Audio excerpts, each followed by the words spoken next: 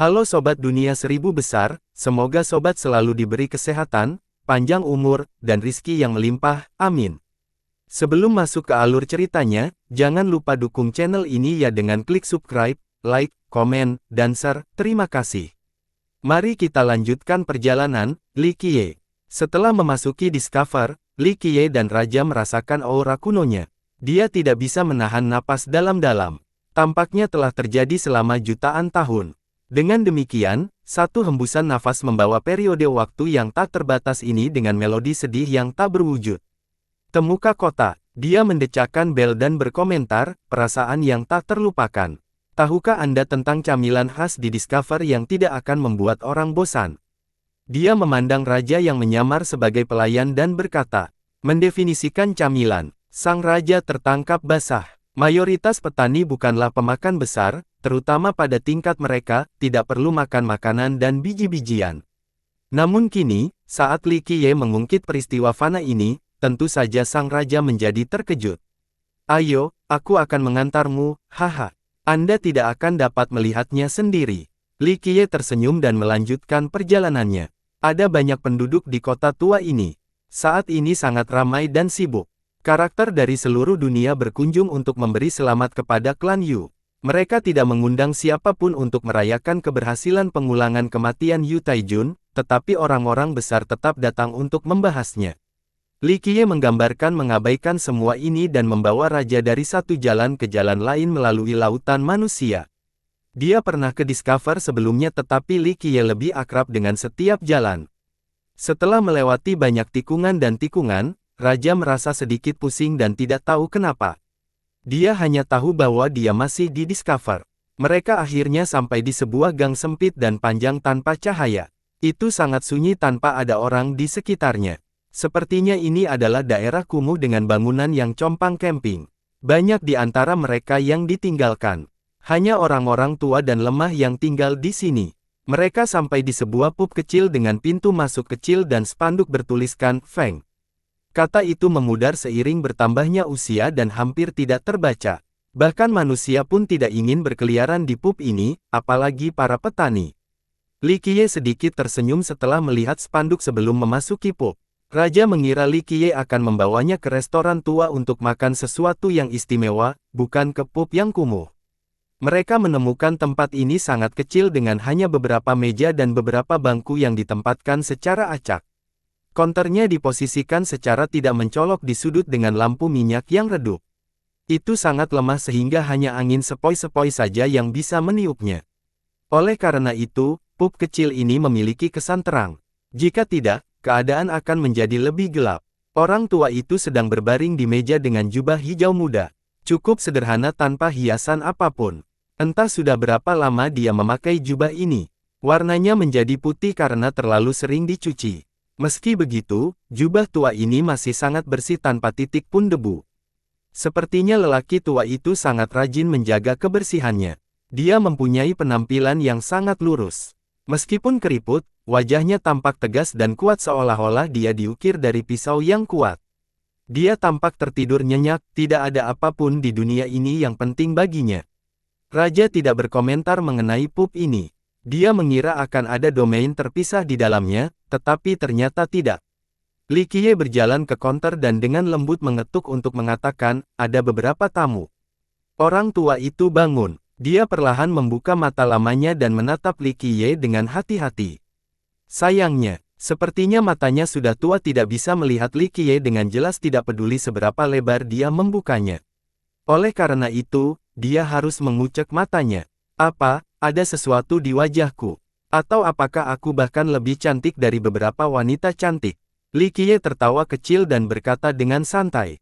Orang tua itu terdiam beberapa saat sebelum berbicara dengan putus asa, Tuan, apa yang Anda butuhkan? Satu botol anggur saosing dan satu porsi kacang adas manis. Li Qiye memerintahkan sebelum mencari bangku untuk duduk. Baiklah. Orang tua itu menjawab dengan tenang dan kembali ke belakang. Serangkaian suara muncul. Raja masih bingung dengan niat Li Qiye dan harus melihat lagi ke pub tersebut. Oke, tidak perlu melihat-lihat. Duduk. Li Qiye menamparkan bangku di sebelahnya dan tersenyum pada wanita itu. Dia duduk di sana tanpa berkata apa-apa. Beberapa saat kemudian, Lelaki tua itu membawakan sepiring kacang rasa adas manis dan keinginan anggur ke meja, luangkan waktumu. Dia kemudian kembali beristirahat di konter dengan dagunya terlebih dahulu untuk menatap keduanya, terutama Li Qiye. Li Qiye mengabaikannya dan menuangkan secangkir untuk dirinya dan raja, ini sangat jarang. Minum. Dia mengangkat cangkirnya dan meminumnya perlahan. Raja berasumsi bahwa ini akan sangat lezat dan menyusul. Saat anggur mengalir ke tenggorokannya, dia langsung berhenti dan hampir memenuhi semuanya. Ini mungkin anggur terburuk dan termurah yang pernah dia rasakan dalam hidupnya.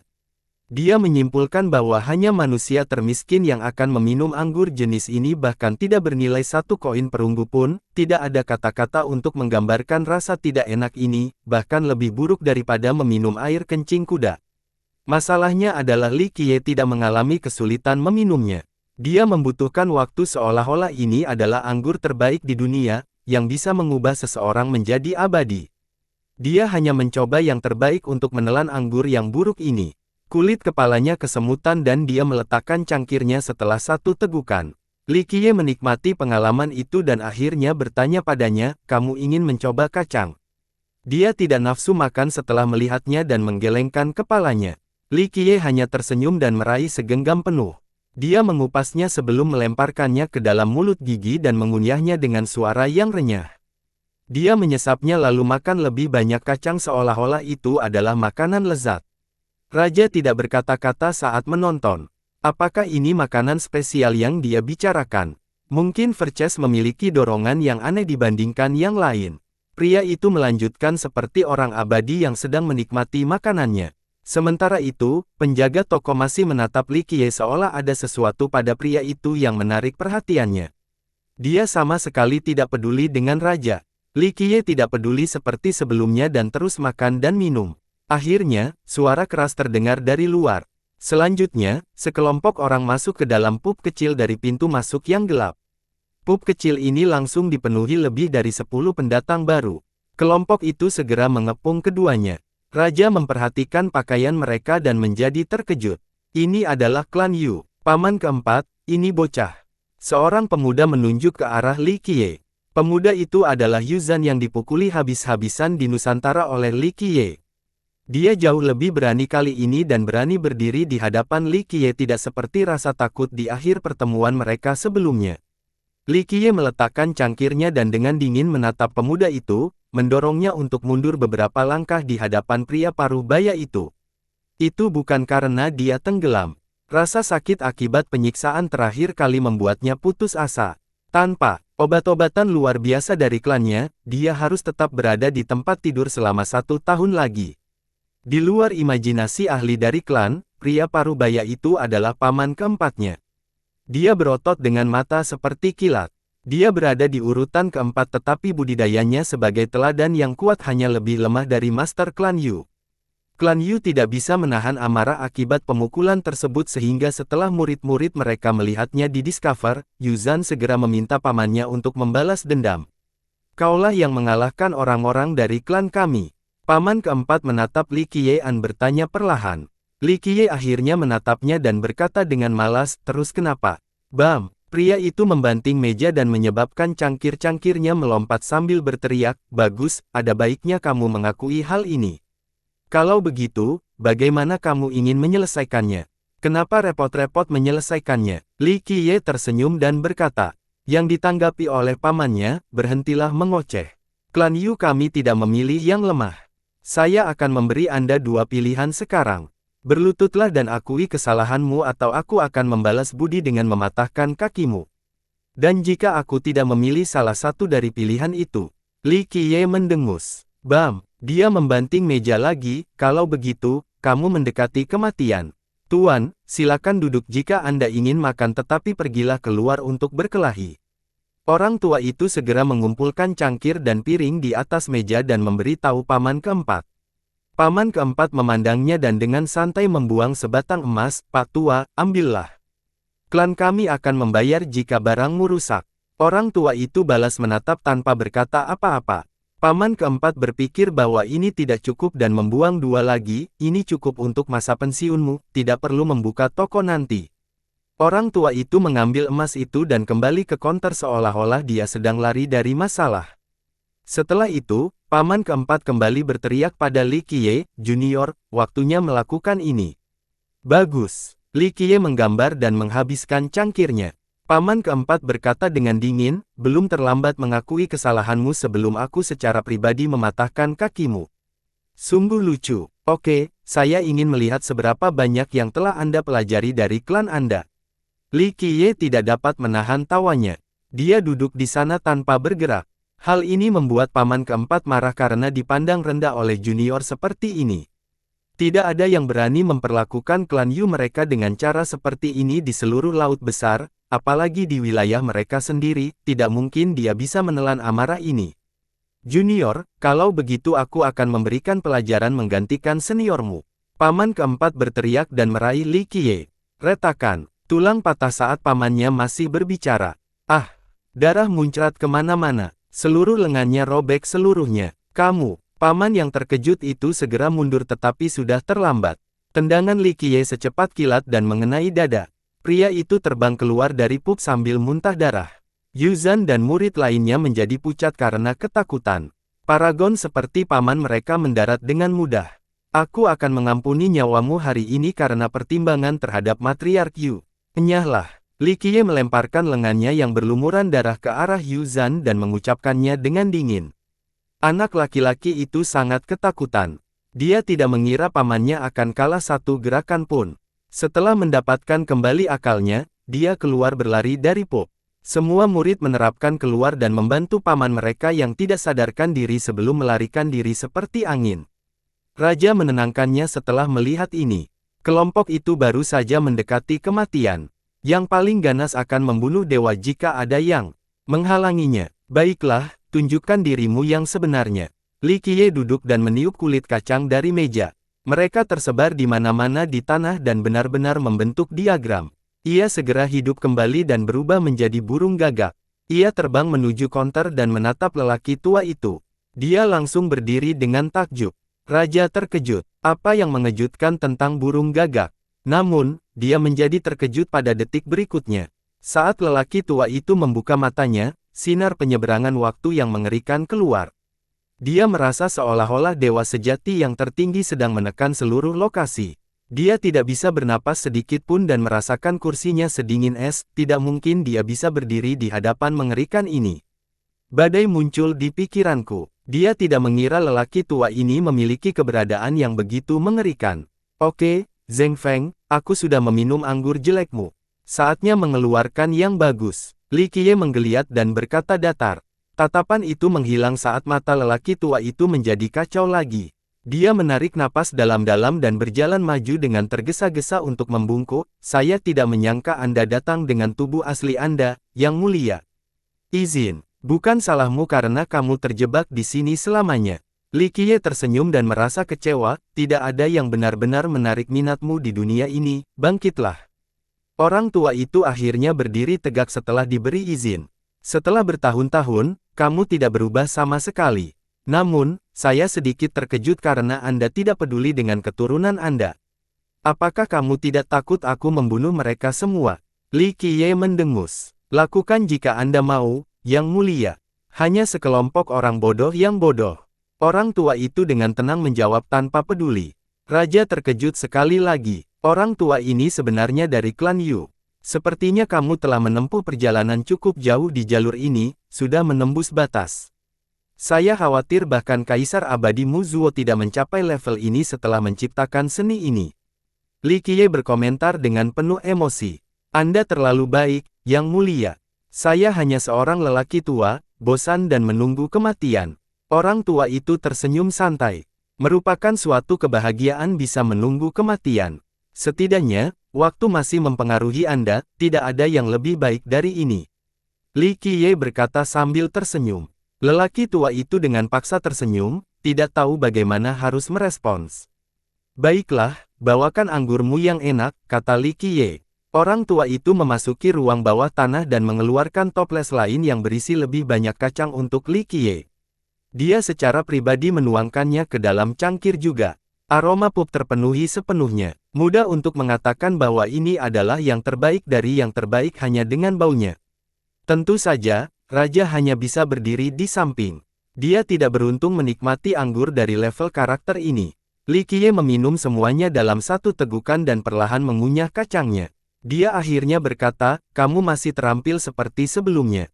Orang tua itu diam-diam mengisi cangkir lagi untuknya. Bright Monarch, temuilah jenius terhebat dari generasi Kaisar Abadi Qianli. Dia adalah kakak laki-laki matriark Yu. Li Qiye menghabiskan satu cangkir lagi sebelum memberitahu Raja. Dia tidak berani menunjukkan sedikit pun penghinaan dan menundukkan kepalanya. Junior ini adalah murid dari Heaven Suppression, yang saat ini adalah penguasa kota Mutiara. Salam, senior. Orang tua itu melirik ke arah Raja sebelum kembali menatap Li Qiye.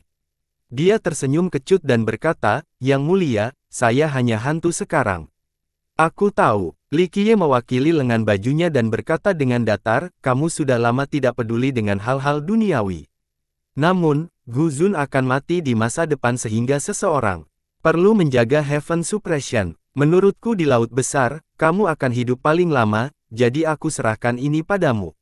Baiklah, klan saya berhutang budi padamu, Yang mulia.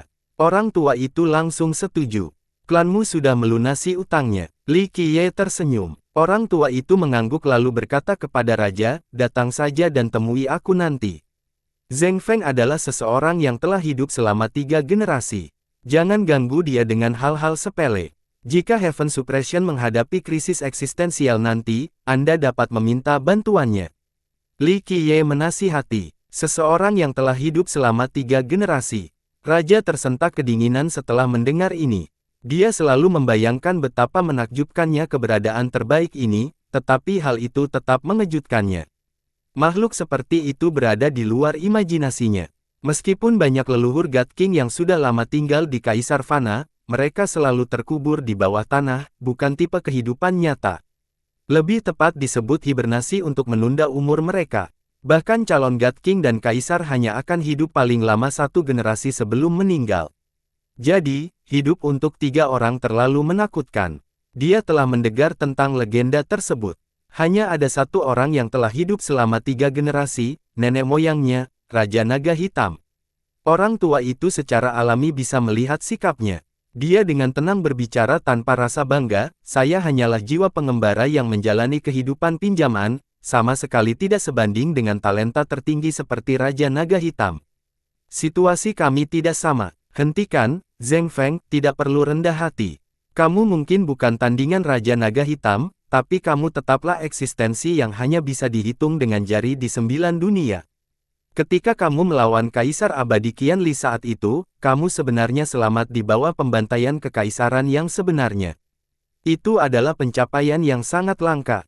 Li Qiye tersenyum dan berkata, hal ini benar-benar mengejutkan sang raja. Dia bahkan bergidik dan mengerti betapa kuatnya makhluk yang baru saja dia perkenalkan padanya. Pembantaian kekaisaran yang sebenarnya hanya bisa dilakukan oleh seorang kaisar ketika mereka menyebarkan kekuatan kehendak surga mereka untuk melepaskan pukulan pamungkas dari harta karun kehidupan.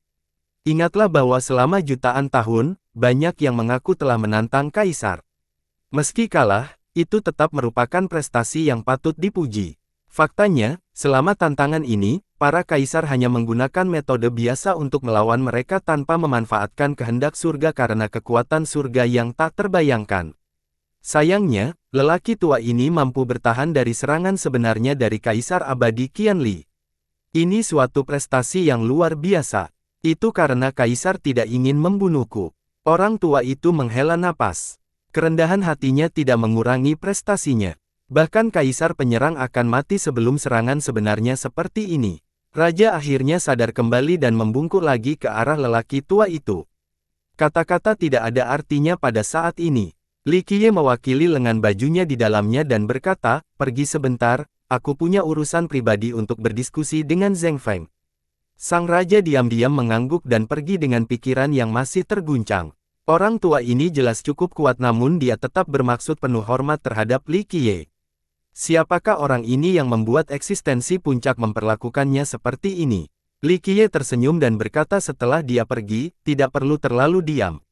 Duduk, tidak terlalu banyak yang tersisa sekarang. Aku hanya bisa melakukan percakapan nostalgia denganmu dan adikmu. Orang tua itu menundukkan kepalanya sebelum duduk. Dia hanyalah seorang junior sebelum Dark Crow meskipun kekuatannya besar. Yang mulia, Anda di sini untuk Guzun. Dia bertanya, saya seharusnya, itu dan saya ingin mengambil kembali Heaven Suppression. Saya tidak harus membunuh karena Raja Naga Hitam tetapi hukuman harus diberikan. Jika dia menurut, maka saya akan membuangnya ke laut, tetapi saya akan membunuh jika dia masih tidak melakukan transkripsi. Li Qiye tersenyum. Prestasi Guzun sungguh luar biasa tetapi dia masih berupa cacing di hadapan Anda, Yang Mulia. Jika Anda memberi perintah, saya yakin ada 3 hingga 5 makhluk yang akan menangkapnya untuk Anda. Kata orang tua itu. Li Qiye dengan lembut menghela nafas sebagai jawaban, saya tahu. Heaven Suppression bukan hanya usaha dari Lil Blacky, saya juga bekerja keras untuk itu. Bakat Guzun adalah yang tertinggi, sayangnya, dia dilahirkan dengan tulang seorang penjahat. Blacky berusaha keras saat itu jadi aku memberinya kesempatan. Oh baiklah, jika dia menyerah, aku akan memenjarakannya lagi. Jika tidak, maka kematian. Orang tua itu tetap diam. Guzun mungkin dianggap sebagai karakter yang tak terkalahkan tetapi Dark Crow jauh melampaui dirinya. Li Qiye bahkan tidak perlu mengambil tindakan secara pribadi untuk menghancurkan Guzun. Topik ini tidak layak untuk dibahas. Adikmu berhasil keluar dari pengulangan kematian. Li Qiye berkomentar. Orang tua itu mengangguk, ya, dia masih belum stabil untuk saat ini. Hanya perlu waktu lagi. Kalau begitu aku tidak akan menemuinya secepat ini. Li Qiye mengangguk, ini juga tidak mudah baginya, tetapi dia telah bekerja selama ini. Kamu berbeda, ketika kamu mencapai ujung jalanmu, itu akan mengubahmu menjadi makhluk yang penuh kebencian. Itu tidak bagus sama sekali. Bahkan surga pun tidak ingin membuatku merasa jijik. Saya harus terus hidup seperti ini. Orang tua itu tersenyum tetapi ekspresi muram. Orang-orang di dunia ini terikat oleh cinta. Li Qiye dengan lembut menenangkan, Qianli memiliki kekuatan sendiri dan kamu memiliki kekuatan sendiri. Sejujurnya, saya tidak bisa menghakimi Anda. Bagaimanapun juga, kamu telah membuat pilihanmu sendiri.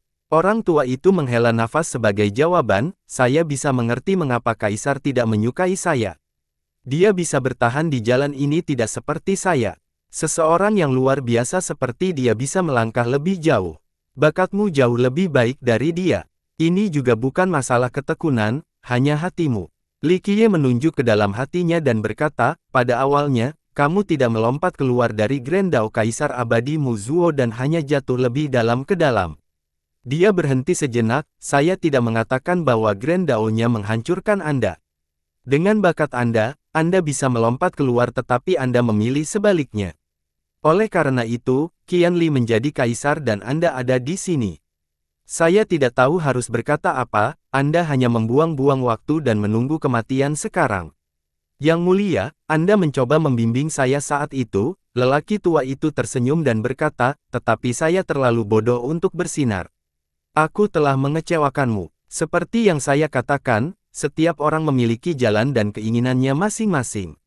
Li Qiye tidak setuju, untuk bersinar, pencapaianmu saat ini sudah cukup besar. Hanya sedikit orang yang bisa mencapai level Anda saat ini, namun dunia bisa menjadi tempat bermain Anda. Pada akhirnya, Anda memilih pub kecil ini. Saya tidak tahu apa yang Anda pilih. Li Qiye berkata dengan enteng. Memiliki untuk menunggu kematian. Orang tua itu dengan tenang berkata tanpa kesedihan. Kalau begitu, saya tidak bisa berkomentar. Teruslah berjalan dengan pilihanmu. Li Qiye harus tersenyum kembali. Anda selalu seperti ini, Yang Mulia. Sayang sekali aku tidak bisa membantu Raja Naga Hitam dalam pertempuran yang menghancurkannya. Kata lelaki tua itu dengan nada emosi. Aku yakin Lil Blacky tidak peduli. Kalian berdua memulai jalur yang sangat berbeda jadi aku tidak bisa melihat kalian berdua bersama. Dia lebih mendominasi dan agresif. Jika dia melihat penampilanmu yang tak bernyawa dan suram sekarang, dia mungkin akan menendangmu hingga terbang ke cakrawala. Kamu benar, itu sebabnya dia tidak pernah peduli padaku bahkan ketika dia mengunjungi klan Yu jadi dia tidak pernah pergi ke sini. Aku juga tidak ingin melihatnya atau aku akan memperlambatnya. Lupakan saja, itu hanya akan berakhir dengan mengingat kepribadianmu dan dia. Li Qiye tertawa, tentu saja, ketika kalian berdua masih muda, kalian adalah dua anak yang pemarah, selalu membantu satu sama lain. Kamu, Blackie, dan Qianli.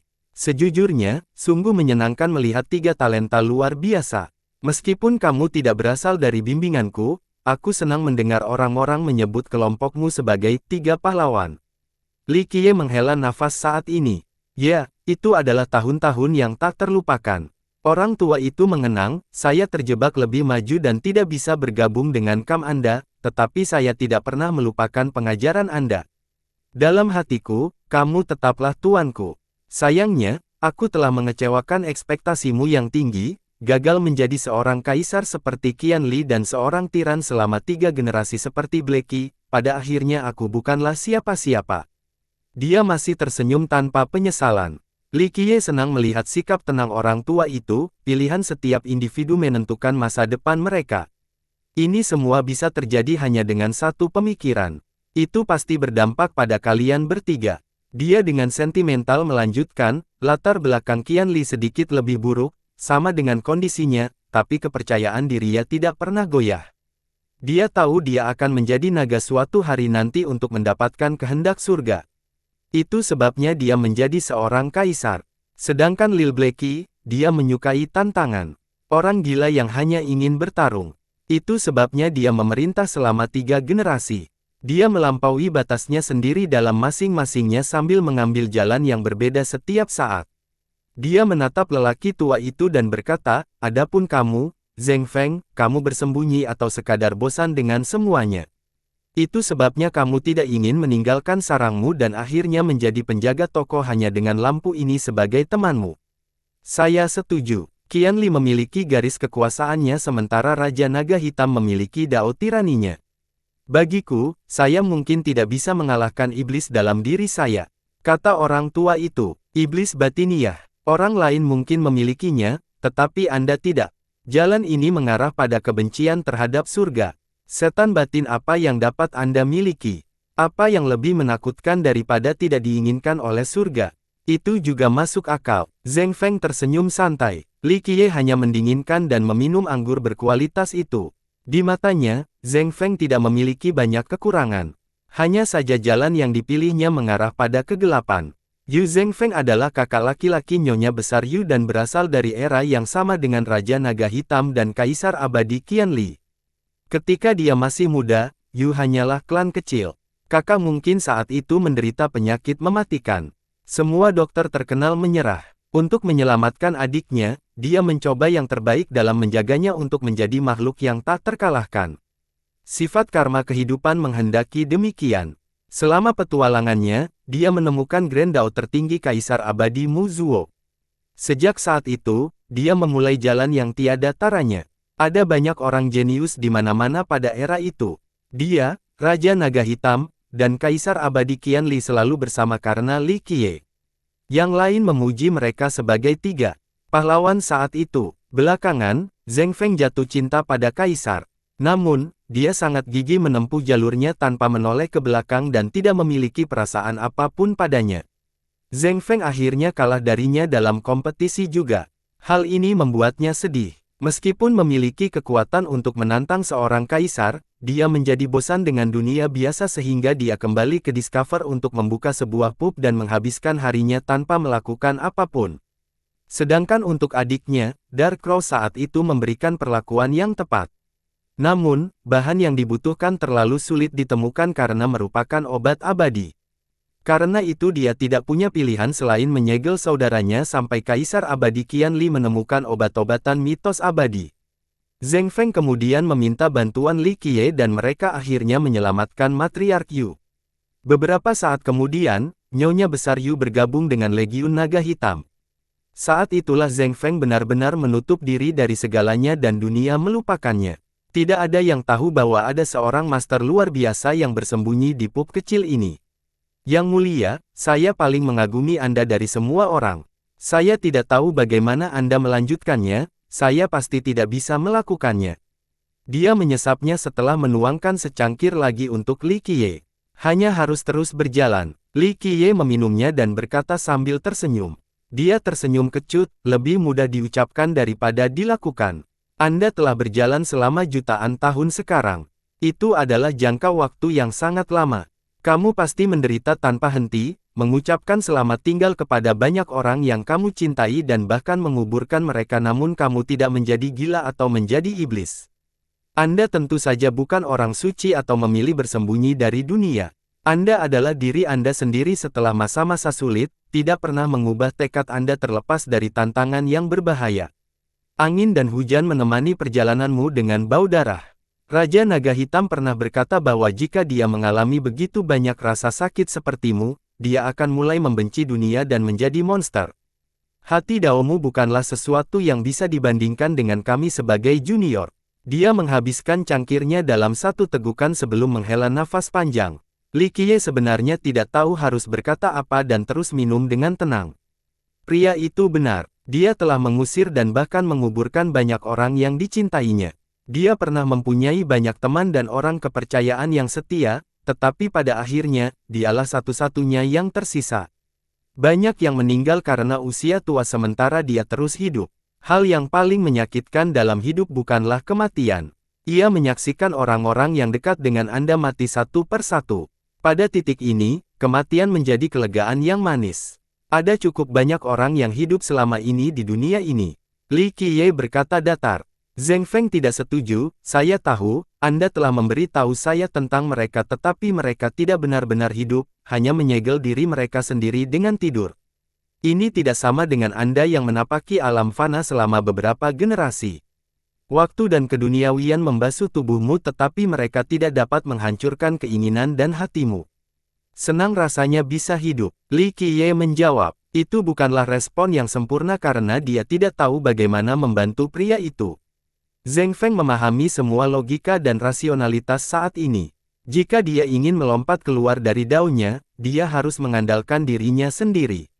Masalahnya adalah dia tidak mempedulikannya sehingga Li Qiye tidak bisa membantu sama sekali. Zheng Feng mengangguk dan minum dalam diam. Keduanya terus minum. Setelah beberapa saat, Zheng Feng perlahan berkata, saya melihat Kaisar Abadi Mu Zuo di Grand Dao. Li Qiye berpikir sejenak sebelum tersenyum kecut, Kaisar memiliki pengaruh yang terlalu besar terhadap Dao ini. Saat ini, dia mungkin lebih baik dan berjalan lebih jauh darimu, jadi itulah mengapa kamu bisa menyadarinya. Dia tidak bisa meninggalkannya dan hanya berjalan berputar-putar. Jika kamu melanjutkan, kamu akan menjadi seperti pria keras kepala itu. Li Qiye menenangkan, dia sudah menjadi seorang kaisar, mengapa dia kembali ke jalan ini? Zheng Feng menganggap ini membingungkan. Li Qiye menjelaskan, siapa yang tahu? Mungkin hanya dia. Pria itu selalu menjadi kaisar yang kontroversial, berbeda dari yang lain. Bahkan setelah naik, dia tetap menyendiri. Mungkin di dalam pikiran, dia terlalu jauh dari dunia. Kalau begitu, bisa saja itu adalah takdir. Kaisar dan saya agak mirip, jawab Zheng Feng. Li Qiye berkata dengan sungguh-sungguh, mungkin. Anda berdua pernah gagal dalam cinta sebelumnya, tetapi ini bukanlah alasan atau akhir. Jalannya masih di bawah kaki Anda. Itu diciptakan setelah ia menjadi kaisar. Dia tidak memulainya selama masa mudanya. Selain itu, hati tetap tidak berubah meski mengalami kekecewaan dan rasa sakit romantis, itulah sebabnya ia masih bisa menjadi kaisar. Tapi mengapa dia kembali ke masa depan, itu mungkin tidak ada hubungannya dengan masalah duniawi. Kamu dan Mu Zuo tidak sama. Li Qiye menatap Zheng Feng dan menyelesaikannya. Kaisar Abadi Mu Zuo adalah seorang kaisar yang sangat tertutup dan misterius. Bagi banyak kaisar, mereka akan bersinar setelah kenaikan jabatan. Apalagi akan ada banyak teman dan pengikut sebelum dan sesudahnya. Banyak yang bersedia memperjuangkannya. Kaisar Abadi Mu Zuo diturunkan. Dia selalu berjuang sendirian karena itulah sifatnya. Mungkin dia kesepian. Itu sebabnya dia kembali ke jalan ini. Zheng Feng berspekulasi. Belum tentu saja. Li Qiye menyangkal, dia memiliki 2 pernikahan selain banyak kekasih. Hatinya seharusnya tidak terlalu kesepian. Ia dilahirkan di keluarga miskin. Oleh karena itu, pertunangannya yang bertunangan dengannya di usia muda kemudian menikah dengan suami yang lebih kaya. Hal ini menginspirasi kaisar dan dia mulai bangkit dan menjadi pahlawan terkenal dengan kekuatan yang cukup. Hal ini memungkinkan dia untuk menikahi gadis tercantik di wilayah tersebut. Sayangnya, tragedi kembali terjadi. Istrinya berselingkuh dengan seorang jenius yang tiada taranya di 9 dunia. Itu merupakan pukulan telak bagi kaisar. Dia menyerahkan seluruh kekayaannya dan membubarkan sektenya sebelum tertidur di hutan yang jauh dari dunia. Setelah melewatkan satu generasi, dia keluar dan mengejutkan dunia sekali lagi hingga akhirnya menjadi kaisar.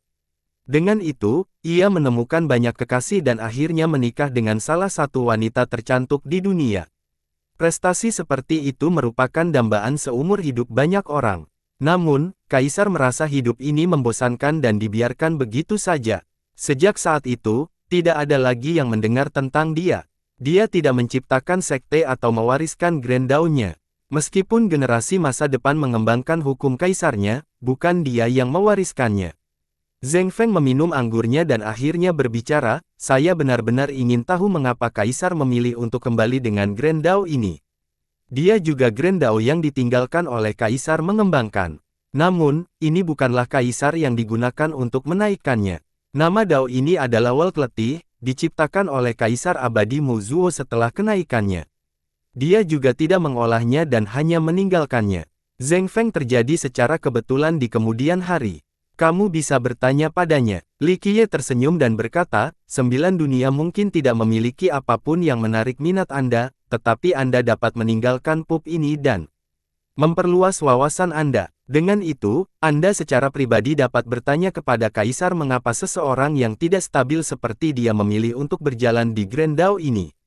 Dalam arti tertentu, kaisar tidak terganggu dan hidupnya sempurna, tidak ada alasan dia untuk memilih Dao yang melelahkan dunia, tidak ada yang bisa memahami pilihannya. Zheng Feng berpikir sebelum ragu-ragu, kalau begitu, saya tidak ingin tahu.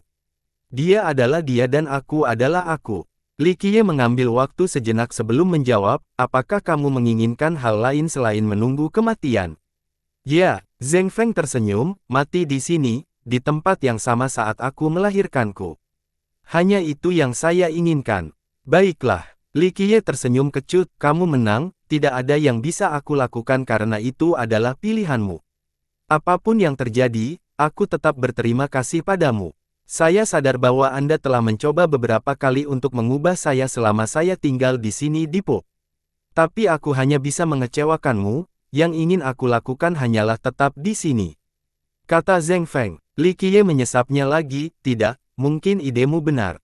Lagi pula, mati di tempat kelahiranmu tidaklah buruk, sama seperti daun-daun yang berguguran hingga ke akarnya. Keheningan saat memenuhi udara. Setelah beberapa saat, Li Qiye memecahkannya, ya, mati di tempat kelahiranmu adalah hal yang menyenangkan, tetapi di dekat dan banyak kaisar abadi, itu terlalu di luar jangkauan.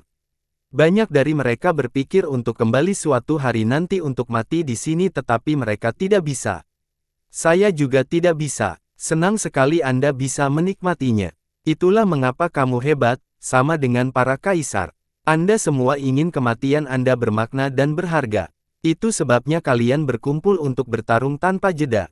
Zheng Feng tertawa bebas dan berkata, kaisar bisa menjadi kaisar dan Anda bisa menjadi tangan gelap abadi. Itu pasti ada kepastian dengan karisma dan kepribadian Anda. Sebaliknya, saya hanya bisa mati di rumah. Saya harap demikian, untuk kematian yang bermakna. Li Qiye juga tertawa. Zheng Feng menuangkan secangkir lagi untuknya sementara dia meneguknya. Li Qiye berkata, baiklah, mari kita tidak membicarakan hal ini lagi. Alasan kedua mengapa saya di sini adalah karena saya ingin menyebarkan api Anda. Saya memiliki kuali untuk penyempurnaan senjata yang tidak memiliki percikan api jadi saya perlu meminjamnya dari Anda.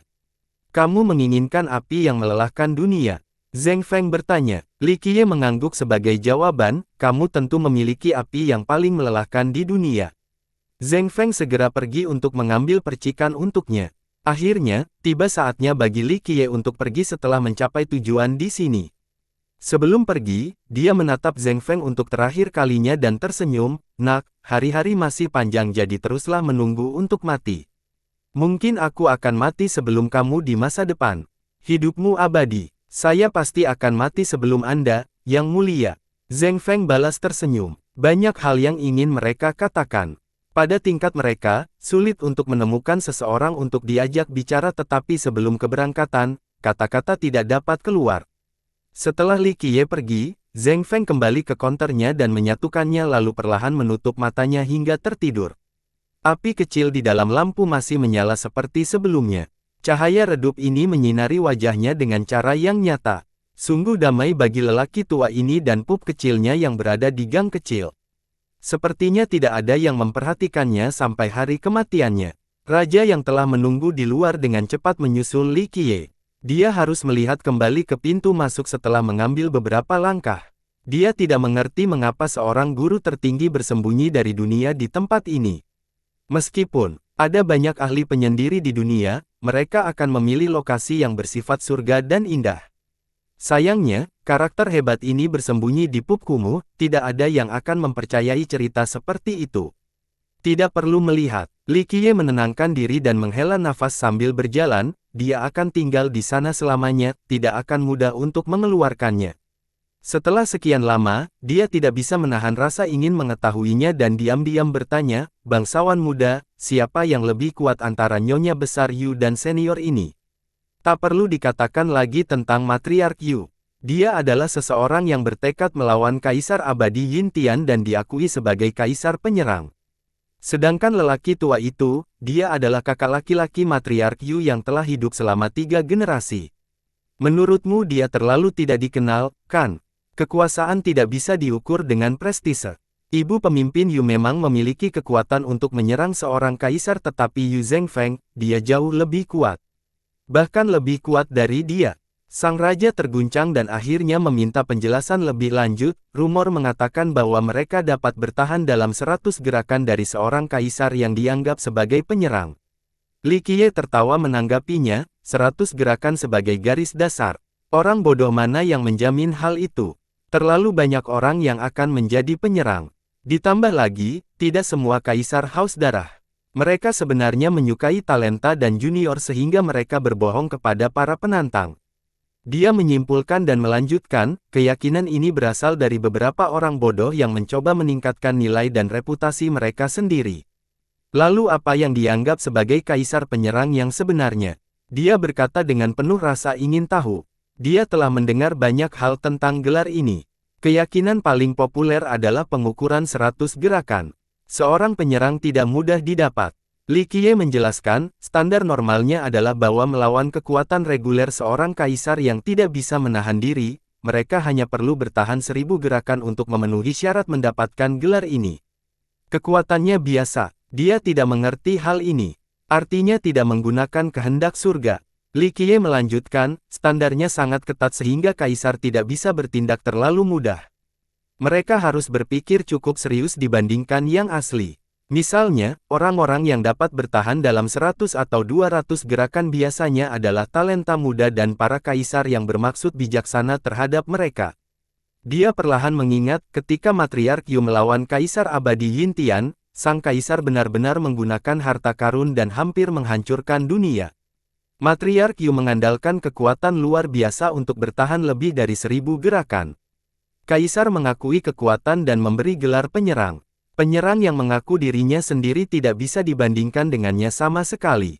Dia telah mendengar tentang legenda Matriark Yu sebelumnya, tetapi tidak ada yang tahu detail pasti dari pertarungan tersebut atau berapa lama dia sebenarnya bertahan.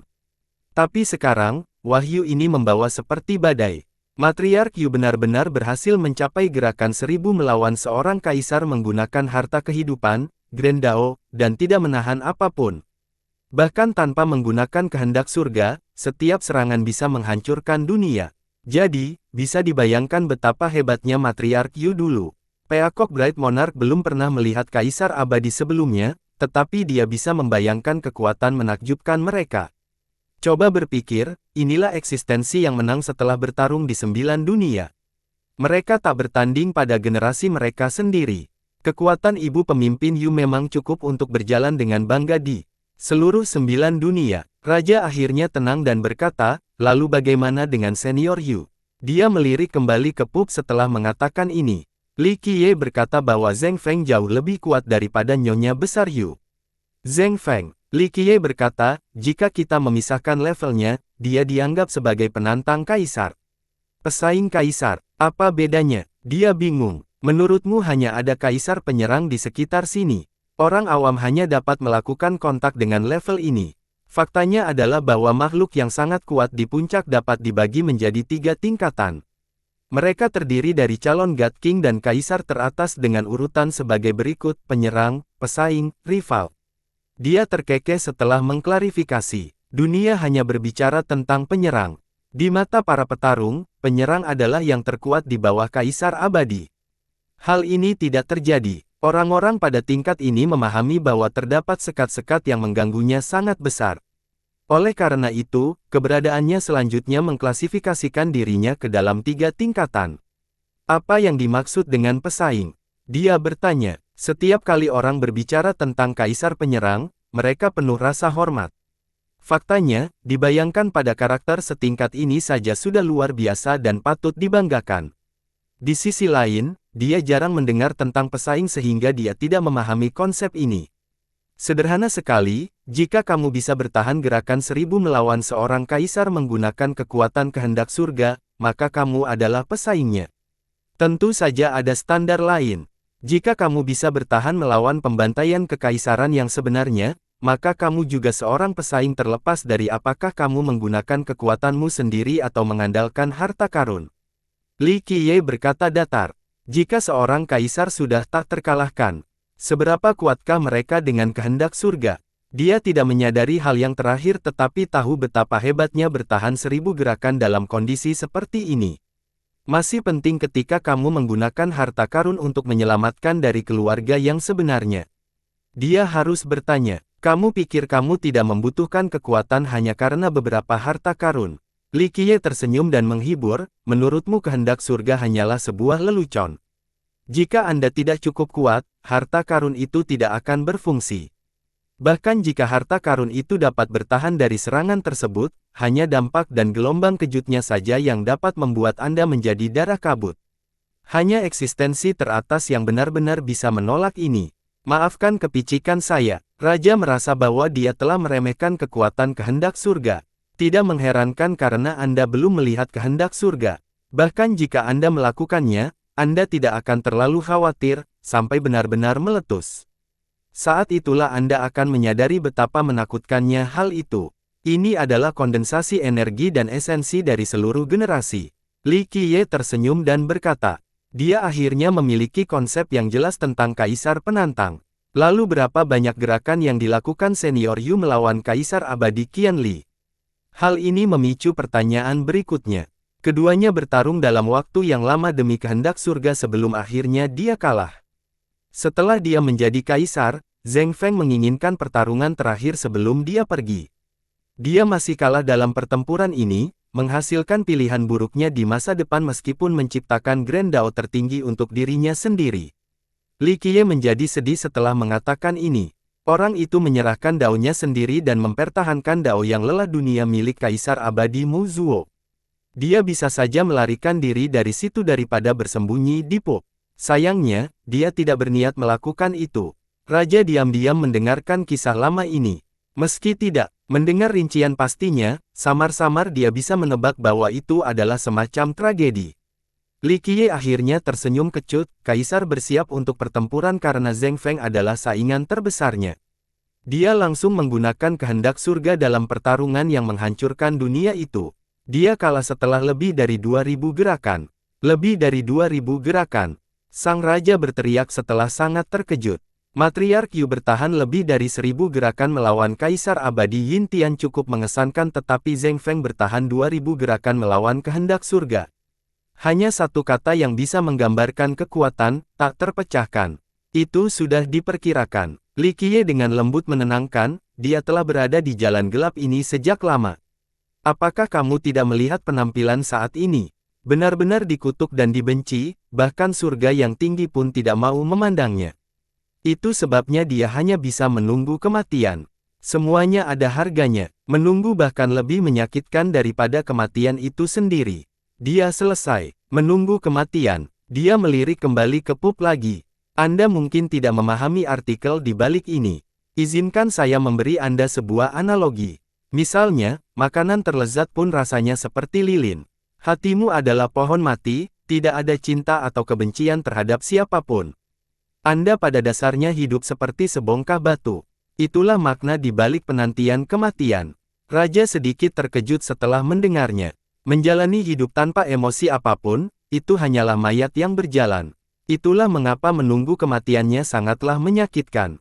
Li Qiye dengan ringan berkata, dia berharap kaisar bisa membunuh, itu akan menjadi kematian yang berarti jadi dia meminta untuk melakukan pembantaian kekaisaran yang sebenarnya. Dia menggunakan serangannya yang paling cemerlang untuk melawannya. Langkah itu merupakan kebanggaannya sehingga ia bisa mati dengan paksaan, keluar dalam kobaran api kemuliaan. Pembantaian itu membuat tubuhnya menjadi abu seketika. Namun, dibenci oleh semua orang seperti dia membuatnya bisa hidup di bawah serangan itu. Setelah itu, kaisar tidak tahan untuk menyerang lagi, bukan karena dia tidak bisa membunuh. Li Qiye menghela napas lagi. Dao yang lelah dunia adalah jalan menuju keputusasaan. Dalam pikiran Zheng Feng, dibunuh oleh kematian orang yang disukainya adalah kematian yang baik. Itu akan menjadi akhir yang sempurna baginya. Sayangnya, dia masih selamat dari serangan terakhir dan kaisar merasa tidak ada gunanya terus membantu seseorang untuk bunuh diri. Karena dia sudah bosan dengan dunia, dia tidak ingin melakukan apapun lagi. Kalau tidak, bahkan jika itu adalah dewa laut dengan trident, dia masih bisa menghadapinya. Li Qiye berkata dengan lembut. Dia akhirnya mengerti mengapa Li Qiye mempercayakan dia dan Heaven Suppression kepada Zheng Feng. Seseorang setingkatnya memang memenuhi syarat untuk menjadi pendukung Heaven Suppression. Sang raja meluangkan waktu untuk menyerap informasi sebelum mengajukan pertanyaan berikutnya, lalu apa persyaratan untuk menjadi rival kaisar? Yang ini tidak mengulanginya. Li Qiye tersenyum dan kecewa, selama ribuan tahun, hanya sedikit karakter pada level ini yang muncul. Jika harus ada persyaratan, maka saingannya harus bertarung secara seimbang melawan seorang kaisar. Raja segera memikirkan seseorang setelah mendengar ini, nenek moyang mereka, Raja Naga Hitam. Raja memerintah selama 3 generasi sebelum berperang melawan Kaisar Abadi Takong. Dia adalah bintang yang bersinar di hati semua murid dari Heaven Suppression. Begitu banyak orang di wilayah ini yang tumbuh besar dengan mendengarkan kisah-kisahnya termasuk tentang rajanya. Itu sebabnya dia bangga menjadi murid Heaven Suppression. Ya, yang paling terkenal di antara mereka mungkin adalah Raja Naga Hitam. Li Qiye melanjutkan, dia memang seorang rival kaisar. Raja tidak bisa menahan diri untuk berkata, tetapi saya mendengar Kaisar Abadi Takong telah meninggal. Nenek moyang kita membunuh. Dia pernah mendengar tentang pertarungan dengan Space Trample Mountain sebelumnya. Mayat kaisar dibunuh oleh seseorang dari pihak Li Qiye. Ada juga kaisar yang kuat dan lemah. Itu sebabnya aku menganggap Raja Naga Hitam sebagai saingannya. Misalnya, Kaisar Abadi Jiaoheng, Permaisuri Hongtian, atau Kaisar Abadi Fei dan Kaisar Abadi Hao Hai, jika dia bertarung melawan kaisar ini, sulit untuk menyatakan. Kaisar Abadi Takong bukanlah salah satu kelompok paling elit. Lalu bagaimana peringkatnya di antara para kaisar? Dia penuh rasa ingin tahu. Bagaimanapun, dia adalah seorang kaisar terkenal dan satu-satunya orang yang dibunuh setelah memikul kehendak surga dalam pikiran semua orang. Li Qiye dengan lembut menenangkan, sulit dikatakan. Kaisar masih memiliki banyak ruang untuk berkembang. Kita tidak bisa meremehkannya hanya karena dia dibunuh oleh Raja Naga Hitam. Saya hanya bisa mengatakan bahwa dia terlalu cemas. Jika dia terus berjalan di jalur kekuasaan, siapa yang tahu pencapaian seperti apa yang akan dia raih di atas 9 langit. Bukan suatu kebetulan bagi seseorang untuk menjadi seorang kaisar. Dia adalah orang yang paling unggul dalam jalur ini di generasinya. Bakat, asal-usul, hukum prestasi, senjata, pelindung paling kuat, semua ini tidak menjamin tempatmu sebagai seorang kaisar. Hati Dao yang teguh juga diperlukan. Seseorang akan memiliki kesempatan untuk mencapai Grand Dao selama mereka tidak menyerah. Namun, jika mereka tidak memiliki keberanian untuk bertahan, semua keuntungan sebelumnya akan sia-sia. Seorang kaisar harus mampu menahan segala rintangan dan menahan segala godaan untuk naik dan menimbulkan badai di dunia yang lebih besar.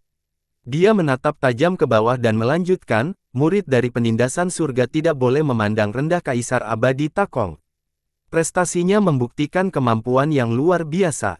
Selama masa jabatannya, dia bukanlah yang paling berbakat dan juga tidak memiliki latar belakang terhebat, tetapi mengapa dia akhirnya menjadi kaisar?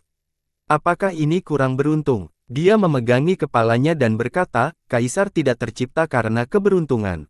Orang lain mungkin dapat mencapai hal-hal besar karena keberuntungan dan keadaan yang menguntungkan, namun hal ini tidak berlaku bagi para kaisar. Saat mereka memulai jalan surgawi, itu berarti seluruh dunia adalah musuh mereka. Banyak sekali lawan yang ingin mendorong mereka menuju kematian, tantangan dan pembunuhan serta bahaya yang menyertai budidaya.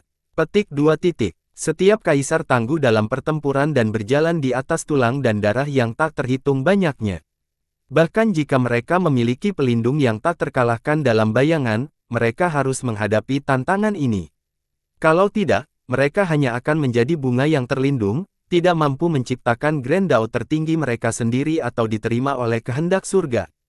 Kehidupan yang penuh pertempuran dan pantang menyerah, itulah seorang kaisar. Li Qiye berbicara dengan sungguh-sungguh. Meskipun kaisar abadi Takong menentangnya, dia sangat menghargai kualitas kekuasaan pria itu. Mengenai kepribadian dan moralitasnya, itu adalah masalah yang berbeda. Setiap kaisar memiliki kualitasnya yang menakjubkan, mereka adalah panutan bagi keturunan di masa depan. Oleh karena itu, kamu tidak bisa meremehkan kaisar abadi Takong hanya karena dia adalah musuh nenek moyangmu dan dikalahkan olehnya. Jangan berpikir bahwa dia hanya beruntung menjadi seorang kaisar. Sang raja tergerak setelah mendengar penjelasan Li Qiye. Dia menarik nafas dalam-dalam dan membungkuk, aku akan mengukir kata-katamu ke dalam hatiku dan tidak akan melupakannya, bangsawan muda. Nyatanya, pernyataan Li Qiye sangat masuk akal. Dalam beberapa tahun terakhir, semua orang mendengar tentang mayat kaisar sehingga mereka mengetahui pembunuhan Raja Naga Hitam. Nasib raja masih belum diketahui. Menjadi pembunuh seorang kaisar adalah suatu kebanggaan. Ini adalah pencapaian yang tidak dapat diatasi. Oleh karena itu, banyak murid di Heaven Suppression menjadi sombong.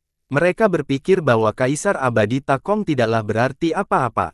Lalu bagaimana jika dia memiliki kehendak surga? Orang itu masih dibunuh oleh nenek moyang mereka. Sentimen ini lazim di Heaven Suppression. Bimbingan Li Qiye hari ini adalah peringatan bagi keturunannya di masa depan. Mereka tidak memenuhi syarat untuk meremehkan kaisar abadi Takong meskipun dia adalah musuh mereka. Jika kaisar tidak banyak, lalu siapakah mereka yang tidak bisa menjadi kaisar? Tak seorang pun seperti mereka tidak memenuhi syarat untuk meremehkan seseorang yang mengalami kesulitan dan pertempuran yang tak terhitung banyaknya untuk menjadi satu-satunya kaisar dalam satu generasi. Hal ini semakin memperjelas pikiran raja. Jalan menuju Grendel berbeda dari imajinasi mereka. Ini bukan hanya tentang mengejar prestasi hukum dan harta karun terkuat. Hal yang paling berharga adalah hati Dao mereka. Perjalananmu masih panjang. Di masa depan, Heaven Suppression akan membutuhkan layanan Anda. Anda membutuhkan lebih dari sekedar bakat dan kemampuan mengambil keputusan yang berwawasan luas. Pastikan memiliki hati Dao yang teguh dan pengertian. Dengan itu, saya yakin sekte ini akan berkembang di bawah kendali Anda. Li Qiye berkata perlahan. Kamu menganggapku terlalu tinggi, bangsawan muda. Sang raja tersenyum dan menenangkan, Tuan sekte lebih bijaksana dan lebih berbakat dari saya. Hati Daonya juga lebih kencang. Satu-satunya kekurangannya adalah pengalaman tetapi dia masih muda. Masa depanku akan jauh lebih baik daripada masa depanku. Tidak, Zi Chuining memiliki misi dan jalannya sendiri.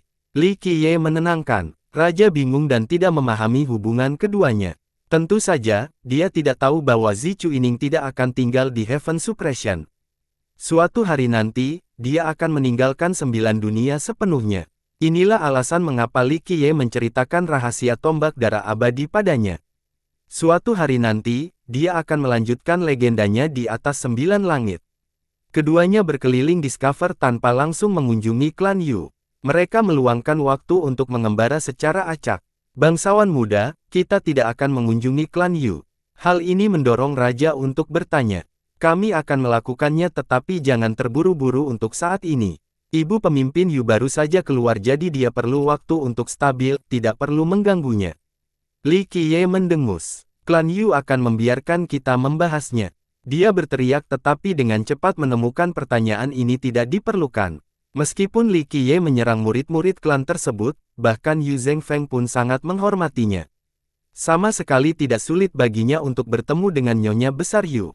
Orang-orang bodoh. Li Qiye menahannya, membunuh satu atau dua dari mereka adalah demi kebaikan mereka sendiri sehingga mereka tidak lagi mengandalkan leluhur mereka untuk menindas orang lain tanpa memiliki keterampilan apapun. Ini untuk memberi tahu mereka betapa luasnya dunia ini. Banyak orang tidak takut dengan klan mereka. Raja menganggap pernyataan itu masuk akal. Jika Li Qiye mempunyai pemikiran jahat tentang klan Yu, dia akan menghancurkannya karena temperamennya. Ini hanyalah pelajaran terhadap kelompok Yuzhan, sejenis cinta yang kuat. Li Qiye dan Raja berjalan-jalan di kota karena Nyonya Besar Yu masih memerlukan waktu sehingga mereka tidak terburu-buru. Bangsawan muda, kemana kita harus pergi? Dia bertanya sambil menemaninya kemana-mana. Tidak ada yang terlalu istimewa di Discover. Kedua belas skala itu bisa dianggap satu. Oke, karena kita sudah di sini, ayo pergi agar kamu bisa melihatnya. Li Qiye tersenyum dan berkata, 12 skala, ayah pernah mendengarnya tetapi tidak pernah secara langsung. Rumornya skala bisa menilai potensi seseorang. Semakin tinggi langkahnya, semakin besar masa depan. Itu hanya sekedar referensi. Li Qiye menjawab, itu tidak sepenuhnya akurat. Tentu saja masih sangat berarti karena setiap langkah merupakan ujian bagi kemampuan belajar, tekad, dan hati Dao seseorang. Hidup selalu mengejutkan sehingga kesuksesan tidak terjamin setelah menaiki tangga. Anda dapat mencobanya jika Anda mau. Li Qiye tertawa dan tersenyum sebelum melirik ke arahnya, dengan hati dan bakat Daomu, mencapai langkah yang baik bukanlah masalah. 11 mungkin sulit, tidak ada peluang untuk ke-12. Raja tidak menganggap hal ini mengejutkan. Dia dengan tenang tersenyum, saya hanya akan menjadi pemalas di wilayah saya sendiri, tidak ada peluang untuk bersaing dengan para pahlawan dunia dan terutama orang bijak. Sebenarnya dia berbicara tanpa arogansi atau sedikit pun rasa rendah diri. Kamu bisa melakukan apa saja, ayo pergi. Li Qiye yang memimpin. Namun demikian, sang raja tetap tertarik, jika Anda menaikkan timbangan, berapa banyak yang bisa Anda naikkan? Saya pikir kedua belasnya seharusnya tidak menjadi masalah. Meskipun dia sendiri belum pernah mencapainya, banyak orang mengatakan bahwa hanya orang jenius tertinggi dalam sejarah yang bisa mencapai anak tangga ke-12. Li Qiye tersenyum santai, baru 12. Tidak, jika aku melakukannya, aku akan mencapai puncak. Matanya yang cantik melebar sebagai jawaban, yah, kudengar ke-12 skala itu berada di bawah batasan Grand Dao. Rumor mengatakan bahwa hanya seorang kaisar dengan kehendak surga yang telah mematahkan semua ikatan Dao yang dapat dengan mudah menaiki 12 anak tangga tersebut. Kalau tidak, bahkan yang terkuat pun tidak akan mampu. Bahkan leluhur kita Gu Zun baru mencapai yang ke-12. Itu bukan karena dia kurang percaya padanya. Ingatlah bahwa leluhur mereka Gu Zun adalah seorang jenius yang sangat langka namun dia hanya berhasil mencapai langkah ke-12. Di satu sisi, ini tidak ada mekanisasi dengan mekanisasi, hanya persepsi, tekad, dan hati Dao Anda. Jika Anda cukup jeli, Anda akan dapat mendengarkan nada dalam langkah tersebut dan mengurangi tekanannya. Tentu saja tidak masalah jika persepsi Anda kurang baik. Dengan tekad yang lebih kuat dan hati Dao yang pantang menyerah, Anda masih bisa maju. Li Qiye tersenyum dan kecewa, catatan dari langkah ini menyerang pikiranmu, bukan menghancurkanmu. Inilah kuncinya. Jadi bagi saya, tidak perlu memahaminya. Hanya hati Dao saya yang tidak berubah yang dapat membuat saya mendaki tanpa perlawanan apapun. Hati Dao, dia berkata dengan lembut. Sejak dia berikutnya, dia telah menyebutkan hati Dao beberapa kali. Sebagai seorang ahli top, dia memahami betapa pentingnya hal itu. Namun, dia menekankan hal itu lebih dari siapapun. Menurutku berbeda dari yang lain. Kamu pikir aku melebih-lebihkan dan terlalu menekan hati Dao? Dia memperhatikan sikapnya. Yah, dia tidak tahu harus menjawab apa. Tentu saja, dia merasa logikanya masuk akal tetapi dia memiliki terlalu banyak posisi yang merugikan hati Dao. Li Qiye tersenyum, selama ini, banyak sekte dan pakar, ketika memilih murid mereka, melihat bakat lalu pemahaman dengan hati Dao sebagai yang terakhir. Faktanya, keyakinan ini telah menyia-nyiakan banyak talenta. Dia melanjutkan dengan santai, lihat, ada begitu banyak orang jenius yang luar biasa dalam sejarah tetapi sangat sedikit yang bisa menjadi kaisar. Kita akan berbicara tentang 10 jenius eonik, berapa banyak dari mereka yang berhasil naik tahta. Hanya 3. Seperti yang Anda lihat, bahkan 10 orang terhebat pun tidak bisa semuanya menjadi kaisar, apalagi yang lain meskipun jumlahnya banyak. Mayoritas dari mereka meninggal di jalur ini. Mengapa demikian? Li Qiye menunjuk ke dalam hati, ada satu masalah, hati Dao mereka yang mudah tergoncang. Bagi para jenius, semuanya terjadi terlalu mudah bagi mereka sehingga mereka tidak dapat mengatasi kegagalan atau godaan. Jadi begitu, dia tidak bisa menahan diri untuk bertanya. Kami akan terus memperbaruinya dengan Kaisar Abadi Takong. Setelah kenaikannya, orang-orang menyanyikan lagu-lagu tentang bakatnya. Itu hanya sujungan. Faktanya, Kaisar muda hanya berada di atas rata-rata. Dia tidak berbakat dibandingkan dengan Mu Saodi dari dupa pembersih, Dewa Naga Batu dari pengobatan dunia batu, atau bahkan jenderal terkuatnya, Xiao Qingtian. Tapi yang terakhir tersenyum adalah dia. Apa kamu tahu kenapa? Li Qiye menatap dengan serius. Hati Dao-nya. Dia menjawab, itu benar. Li Qiye melanjutkan, Anda mungkin tahu alasannya tetapi tidak mengetahui alasan sebenarnya. Bagimu Saodi, bakatnya sangat bagus dengan rekor 3 kemenangan dan 3 kekalahan melawan Kaisar. Tapi ini adalah tindakannya yang tidak pantas. Dia berpikir bahwa dia bisa mengambil jalan pintas di dalam simpanan. Setelah kalah dari Kaisar, dia tidak bisa menahan godaan untuk mengambil jalan keluar yang mudah dengan menggunakan kekuatan eksternal. Hal ini pada akhirnya menyebabkan dupa pembersihan hampir hancur. Bagi Dewa Naga Batu, dia cukup angkuh di usia muda dan mengusir Kaisar Abadi Takong dari pengobatan batu seperti seekor anjing yang kehilangan ribuan. Dia cukup angkuh hingga kalah 3 kali berturut-turut dari Kaisar di kemudian hari. Oleh karena itu, dia benar-benar ketakutan dan tidak berani keluar lagi. Hati Dao-nya merasakan ketakutan. Dengan itu, dia berhenti sejenak, dan Xiao Qingtian, dia memiliki kedekatan yang luar biasa dengan pedang, pengguna alami. Pedangnya seakan memiliki nyawanya sendiri di tangannya. Sayangnya, bayang-bayang Kaisar mengacaukannya dan dia tidak bisa melepaskan diri dari belenggunya sendiri, hanya memikirkan lagi dari kesuksesan. Ini karena hati Dao yang lemah. Lalu bagaimana dengan Kaisar? Dia bertanya. Faktanya, dia sangat tertarik dengan masa lalunya karena ini adalah musuh nenek moyangnya. Kaisar Abadi Takong mengalami pasang surut yang tak terhitung banyaknya dalam hidupnya. Begitu banyak orang yang telah mengalahkannya termasuk Mu Saodi, Dewa Naga Batu, dan Meng Zentian. Meski demikian, ia tidak pernah tenggelam dalam keputusasaan atau tersendat sebelum kalah terus-menerus. Dia bangkit lagi dan lagi sambil belajar dari setiap kekalahan. Oleh karena itu, dia adalah orang terakhir yang tersenyum karena hati Dao-nya yang tak tergoyahkan. Jadi, pertengkaran, setiap kaisar luar biasa dan menakjubkan dengan caranya masing-masing. Li Qiye berkhotbah dengan penuh arti. Jadi, Dao hati dulu baru selebihnya seperti bakat. Selama berabad-abad, berapa banyak orang jenius yang berhasil mengembangkan fisik abadi? Tidak ada, kecuali seorang gadis kecil dengan hati Dao yang teguh selama jutaan tahun. Hatinya yang murni memungkinkan dia menciptakan keajaiban yang unik. Hati Dao adalah yang pertama. Dia mendekat pada dirinya sendiri.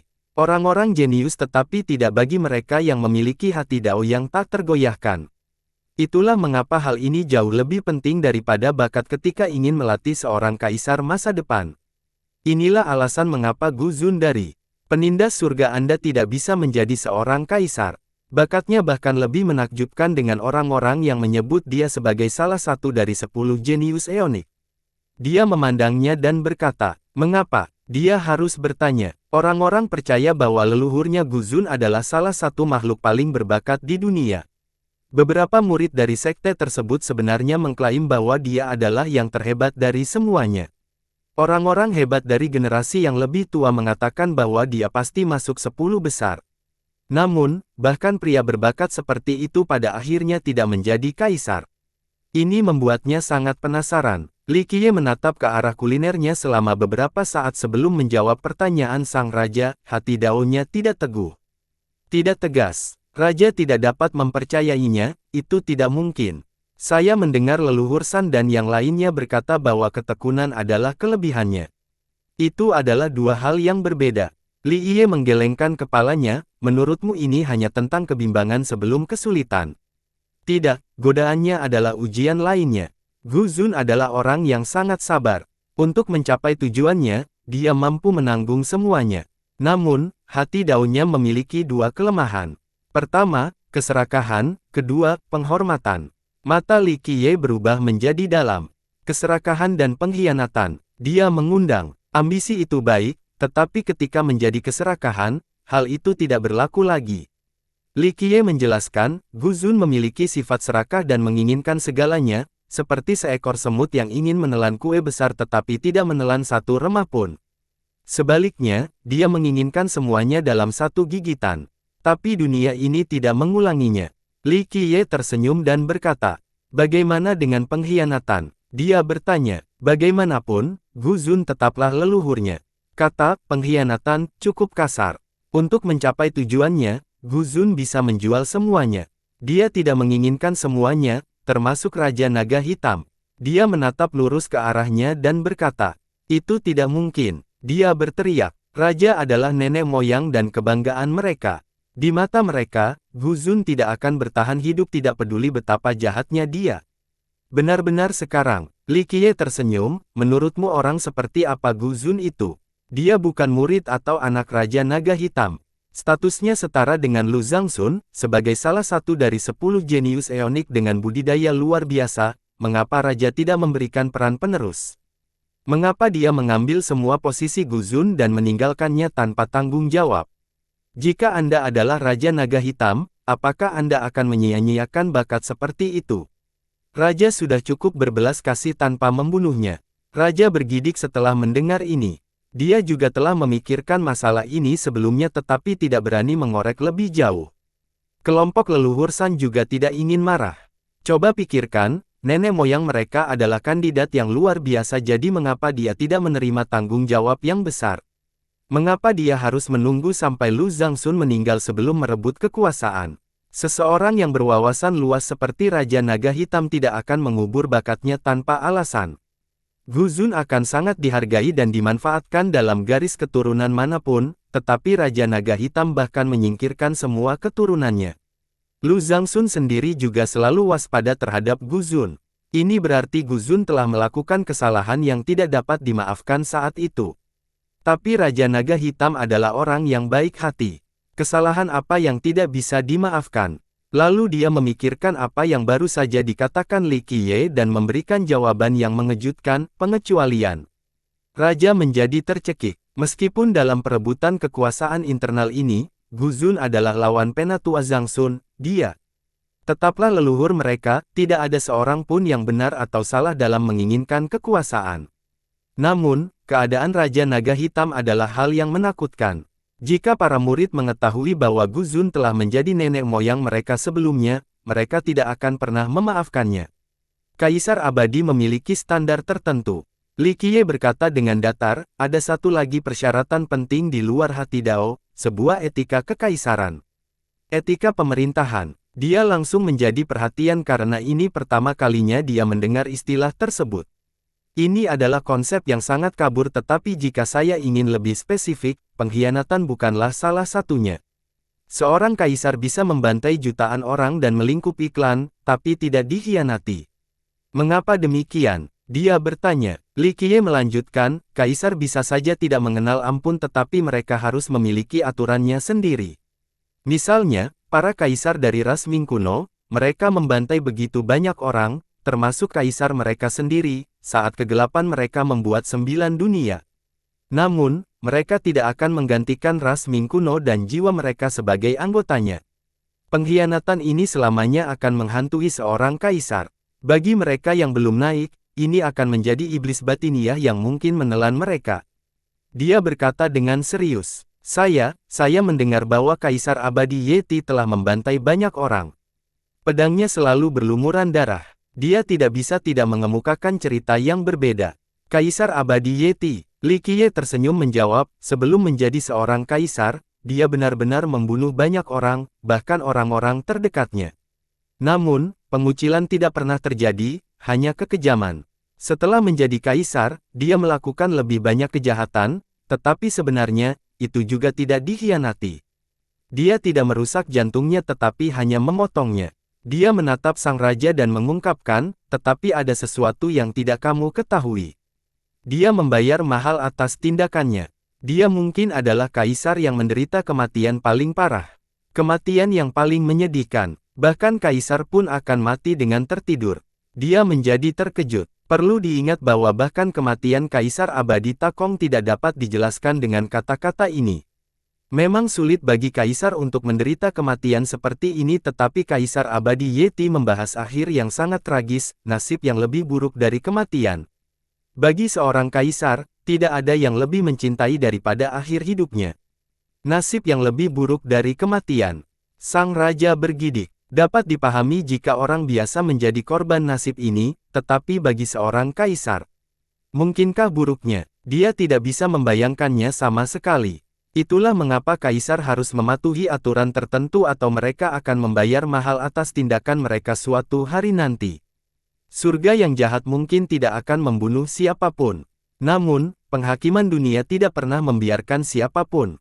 Dia tercengang sebelum akhirnya berkomentar beberapa saat kemudian, bahkan seorang kaisar pun tidak dapat melakukan apapun yang mereka inginkan. Begitulah adanya, bahkan surga yang jahat pun mengalami hal ini. Itulah yang dimaksud dengan aturan. Bahkan jika Anda dapat melampaui langit yang tinggi, Anda tetap memerlukan aturan dan pedoman tertentu atau ketinggian yang tidak mungkin dicapai. Gu Zun sangat berbakat dengan hati Dao yang sabar, tetapi dia tidak mengikuti aturan yang diperlukan untuk menjadi seorang kaisar. Li Qiye berkata perlahan, meskipun Raja Naga Hitam menyukainya, dia tetap tidak bisa menjadi Raja Naga Hitam. Pada akhirnya, Raja Naga Hitam secara pribadi memotong kekayaannya.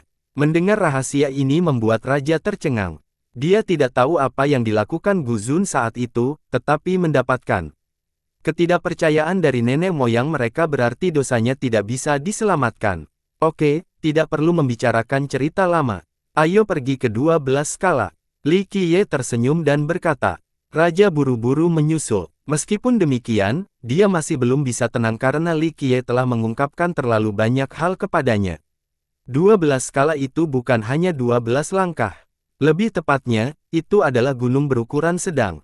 Itu terletak di dalam temukan dengan kabut dan awan di sekitarnya. Sebuah aliran sungai datang dari puncak dan mengalir mengelilingi gunung hingga akhirnya membentuk sebuah danau. Ada banyak bukit di sekitarnya dengan paviliun dan koridor yang dibangun di sebelahnya.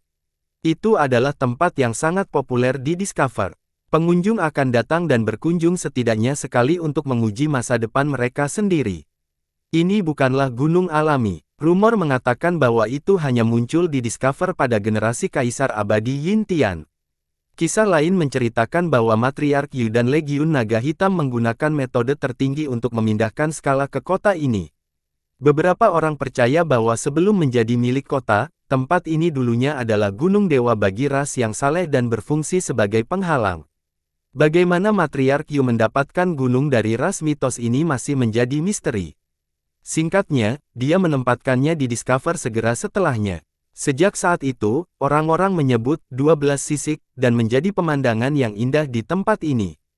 Karena klan Yu tidak memberikan batasan apapun, siapapun dapat datang dan mencoba menyalakannya. Itu adalah ujian pemahaman, tekad, dan hati Dao. Para penggarap dengan senang hati mencoba setidaknya sekali, terutama yang lebih muda. Jika mereka bisa mencapai puncaknya, mereka akan mendapatkan ketenaran dan reputasi. Bahkan ada yang mengira sebagai gunung ujian. Semakin tinggi yang bisa didaki, semakin besar potensi masa depan. Oleh karena itu, banyak orang jenius yang telah mencobanya sejak generasi Kaisar Abadi Yin Tian. Tentu saja, beberapa orang juga tidak peduli dengan tes ini. Setiap hari, banyak ahli yang datang untuk menyaksikan atau mencoba mendaki. Yang lebih muda jauh lebih bersemangat karena mereka ingin membuktikan nilai mereka. Adanya lebih banyak orang di sini dari biasanya, menghasilkan kepadatan yang hidup dan berjiwa muda. Alasannya sangat sederhana, putri emas klan Yu, Yu Yulian ingin mencobanya. Para pemuda datang untuk menghiburnya. Terlebih lagi, Matriark Yu telah keluar sehingga banyak ahli tua yang datang ke Discover juga.